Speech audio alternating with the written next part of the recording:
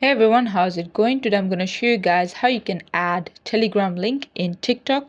What you want to do is head over to TikTok, click on your profile, and then on the top right you see these three lines. Tap on that, go to settings and privacy. From there, click on the first option, which is account, and then switch to business account, and then they'll say next, next, next, next, and then whatever your category is, let's say for me gaming, we'll click on next, and then I'll just skip and then click on you can now register and everything. So we'll just go to register now, and then by continuing get started, and you need to put this information.